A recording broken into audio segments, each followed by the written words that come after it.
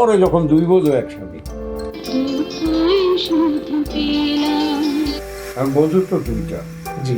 একটা তো শাবনূর, আরেকটা কে হবে। আচ্ছা আচ্ছা। তারপরে মৌসুমি শুটিং করলাম প্রথম দিন দুইজনকে একসাথে। হঠাৎ দেখি রজনীগন্ধার দুইটা স্ট্রিক আইনা মান্না আমার হাতে ধরায় দিল।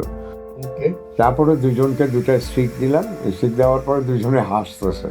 তা আমাকে বললো যে মানিক ভাই, আপনার সাথে তো অনেক কাজ করলাম, তো আপনার তো প্রিয় শিল্পী শাবনূর, তো আমার দিকে একটু লক্ষ্য রাখবেন।